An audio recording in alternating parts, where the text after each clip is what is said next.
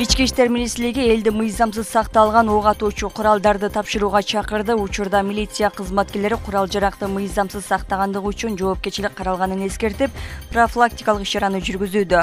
Ок атуучу куралдарды мыйзамсыз жасоо, сатуу алуу, сатуу же алып жүрүү үчүн 100 000 сомго чейин айыппул салынат. Ошондой эле түзөтүү жумуштары же 3 жылга чейинки мөөнөткө белгилүү кызматтарды ээлөө же белгилүү бир иш жүргүзүү укугунан ажыратуу каралган. Эгерде өз ыктыяры менен тапшырса, кылмыш жаза жоопкерчилигинен бошотулат деп жазылат маалыматта. Мындан тышкары ок дарыны, куралды же жарылуучу заттарды өз ыктыяры менен тапшыргандарга 1600 сомдон 16 000 сомго чейин сыйакы каралганы кошумчаланды.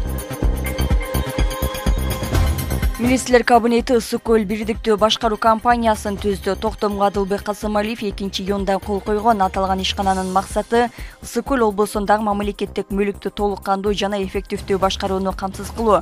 Облустук өкүлчүлүккө анын ишин уюштуруу үчүн 5 миллион сом уставдык капитал бөлүүнү тапшырган. Документ 17-июнда күчүнө кирет. Министрлер кабинетинин төрагасы Адылбек Касымалиев жеңил өнөр жай тармагынын кызматкерлерин кесиптик майрамы менен куттуктады. Ал Кыргызстандын ишканаларынын товарлары дүйнөдөгү ири маркетплейстерде ийгиликтүү сатылып, жакынкы жана алыскы чет өлкөлөрдүн керектөөчүлөрүнүн ишенимине жана урматтоосуна ээ болуп жатканын белгилеген. Ош шаарынын Борбордук аянтында Лениндин эстелиги башка жерге жылдырылат. Бул тууралуу шаардык мэриядан билдиришти. Маалыматка ылайык эстелик аянттан алыс эмес жайгашкан Мээрим паркына орнотулат. Ал эми анын ордуна Бишкектегидей желек сап болору айтылды. Муниципалитет мындай кадам шаарлардын жалпы архитектуралык жана эстетикалык келбетин жакшыртууда кадыреси көрүнүш экендигин белгилеп, маселени саясатташтырбоого чакырды. Кыргызстанда 18 жашка чейинки курактагы балдардын саны 3 миллионго жакындады. Алардын көбүн эркек балдар түзөт. Былтыр дагы уул балдар көп төрөлгөн. Бул тууралуу Улуттук статистика комитети маалымдады.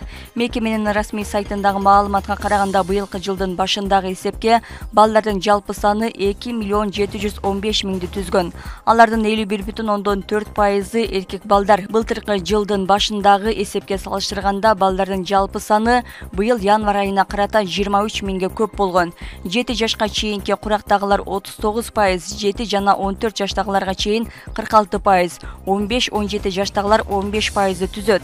Балдардын көбү айыл жергесинде жашайт. 2024 жылы Кыргызстанда 140 миңден ашуун бала төрөлгөн. Алардын 73 миңи уул, 67 миңи кыз бала болгон. Расмий никеси жок төрөлгөн балдардын саны 6% түзөрү аныкталган.